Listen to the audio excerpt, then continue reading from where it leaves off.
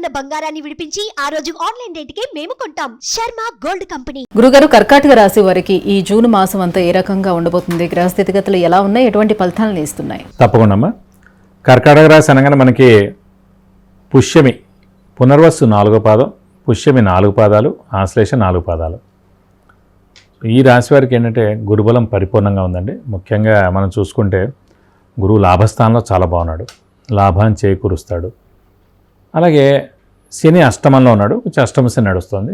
ఇదివరకు కూడా మనం చెప్పుకున్నాం, అన్ని గ్రహాలకి శత్రువులు ఉంటారు కానీ చంద్రుడికి ఎవరు శత్రువులు ఉండరు. ఎందుకంటే కర్కాటక రాశి అధిపతి చంద్రుడేడు కాబట్టి చంద్రుడికి ఎవరు శత్రువులు ఉండరు. కాబట్టి అష్టమ శని నడుస్తున్నా కూడా అంత మేజర్గా ఇంపాక్ట్ ఏ ఉండదు, అంత దారుణంగా ఏ ఉండదు పొజిషన్. అలాగే ఈ నెల మనం మాస ఫలితాలు తీసుకున్నప్పుడు కర్కాటక రాశికి యోగకారకుడు, అదృష్టకారకుడు, లక్ ఫేవర్ చేసే గ్రహం అయిన కుజుడు మేషంలో స్వస్థానంలో ఉన్నాడు. కాబట్టి అదృష్టం 100కు 100 ఉంది, గురుబలం 100కు 100 ఉంది. రాహుకేతులు కూడా తృతీయ భాగ్యస్థానంలో చాలా బాగున్నారు. ఒక్క అష్టమ శని ఇంపాక్ట్ ఉంది కాబట్టి ఓవరాల్గా 100%లో ఒక 20-30% బాగాలేదంటే 70% చాలా బాగుందండి. సో వీరు అనుకున్న పనులన్నీ కూడా తప్పకుండా నెరవేరుతాయి. ఇక్కడ శుభకార్యాలు ఖచ్చితంగా మీ ఇంట్లో చేస్తారు, విందు వినోదాల్లో పాల్గొంటారు. అలాగే షూరిటీస్ మటుకు పెట్టకూడదండి, ఎందుకంటే అష్టమ శని అవి నడుస్తున్నప్పుడు షూరిటీస్ పెడితే తప్పకుండా ఏదైనా ప్రాబ్లం క్రియేట్ అవ్వచ్చు. సో స్పెక్యులేషన్స్ జోలికి వెళ్ళొద్దు, షూరిటీస్ పెట్టద్దు, మధ్యవర్తిత్వం అస్సలు వహించద్దు. అలాగే స్థానచలనం కూడా ఉంటుంది వీరికి.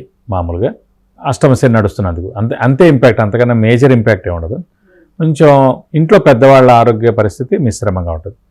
అంటే ఏదో రకంగా బాధ అనేది ఉండాలి కాబట్టి అష్టమ శని నడుస్తున్నందుకు ఇంట్లో పెద్దవాళ్ళు సాధారణంగా ఎవరో ఒంట్లో బాగాలేదు మనకేం అనిపించదు, మన కొలీగ్ ఒంట్లో బాగాలేకపోయినా మనకేం అనిపించదు. అదే చుట్టాలంటే కూడా ఒక 10-20% ఉంటుంది. అది ఇంట్లో వాళ్ళు అనుకోండి, తల్లి తండ్రి భార్య పిల్లలు అనుకోండి, ఏదో ఒక బాధ ఉండాలి. కాబట్టి ఇంట్లో పెద్దవాళ్ళు కానీ చిన్నపిల్లలు కానీ, అంటే ఈ నెక్స్ట్ ఏడాది ఏప్రిల్ దాకా అండి, ఇంకొక 1 ఇయరే ఉంది. ఈ 1 ఇయర్ ఎలాగో గురుబలం ఉంటుంది కాబట్టి గురుబలం బాగా ఉన్నంతసేపు ఈ శని ఇవి నష్టాన్ని చేయడు. ఆ 1 ఇయర్ అది సరిపోతుందన్నమాట ఆ గురుబలం దీనికి. నెక్స్ట్ ఏడాది అష్టమ శని వెళ్ళిపోతుంది, గురుబలం కూడా దేవుడిదలు అప్పటిదాకా ఉంటుంది. కాబట్టి అష్టమ శని ఎఫెక్ట్ అంత ఉండదు. అదృష్టం చాలా బాగుంది కాబట్టి ఇప్పుడు ఏదైనా ఉద్యోగానికి ట్రై చేసినా ఖచ్చితంగా ఉద్యోగం వస్తుంది. అలాగే ఆ ఉద్యోగస్తులు ఎవరైతే ఉంటే కనుక వాళ్ళకి ప్రమోషన్స్ వస్తాయి, నేమ్ అండ్ ఫేమ్ వస్తుంది, బాస్ నుంచి మన్నన పొందుతారు.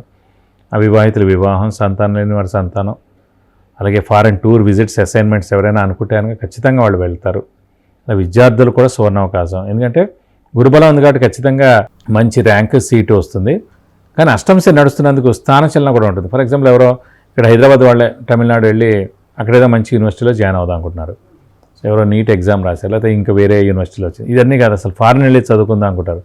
సో ఈ అష్టమ శని మూలాన్ని, స్థానచలనం మూలాన్ని వాళ్ళు ఫారెన్ వెళ్ళి చదువుకుంటారు, లేదంటే వేరే స్టేట్కి వెళ్ళి చదువుకుంటారు, లేదా వేరే డిస్ట్రిక్ట్కి వెళ్ళి చదువుకుంటారు.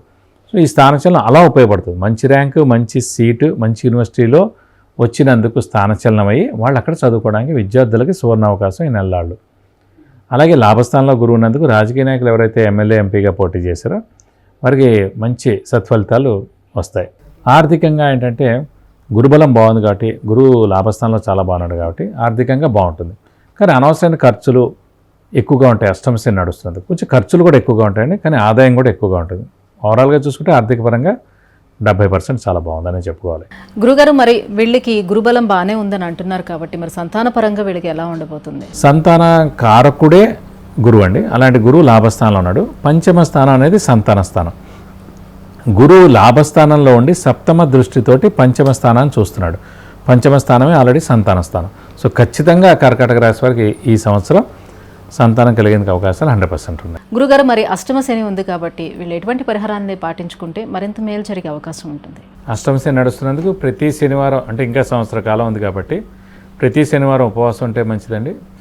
అలాగే వీలైతే ఒక శనివారం రోజున రక్తదానం చేస్తే చాలా మంచిది. ప్లస్ శివుణ్ణి మరియు ఆంజనేయ స్వామిని ఎక్కువగా ఆరాధిస్తే శని యొక్క దోషం కూడా తొలగిపోతుంది. కాబట్టి ప్రతి సోమవారం శివుడి టెంపుల్కి వెళ్ళి 41 ప్రదక్షిణాలు, అలాగే ఆంజనేయ స్వామి టెంపుల్ మంగళవారం కానీ శనివారం కానీ వెళ్ళి 41 ప్రదక్షిణాలు, అలాగే శివుడికి అభిషేకం కానీ అర్చన కానీ, అలాగే ఆంజనేయ స్వామికి వడమాల కానీ సింధూర పూజ కానీ లేదంటే తమలపాకుల పూజ కానీ చేయిస్తే మంచిది. అలాగే ఇంకా ఉధృతంగా ఉందని అనిపిస్తే మాట ఖచ్చితంగా శనికి 19,000 సార్లు జపం చేయించి నల్ల నువ్వులు 200 గ్రాములు దానం ఇస్తే కనుక దోషం మొత్తం తొలగిపోతుంది. గురుగారు, కర్కాటక రాశి వారికి ఈ జూన్ మాసం అంతా ఎలా ఉండబోతుంది అంటే విషయాన్ని తెలియజేసినందుకు ధన్యవాదాలండి. నమస్కారం. చూశారు కదండి, విద్య, ఉద్యోగం, ఆరోగ్యం, ఐశ్వర్యం, వాహనం, వివాహం, విదేశీయానం, గృహం, వీటన్నిటి గురించి తెలుసుకోవాలంటే కింద స్క్రోల్ అవుతున్నటువంటి నెంబర్కి కాల్ చేసి గురువుగారి అపాయింట్మెంట్ను పొందవచ్చు. సుమన్ టీవీలో మీ పర్సనల్ అండ్ బిజినెస్ ప్రమోషన్స్ కోసం కింది నెంబర్కి కాంటాక్ట్ చేయండి.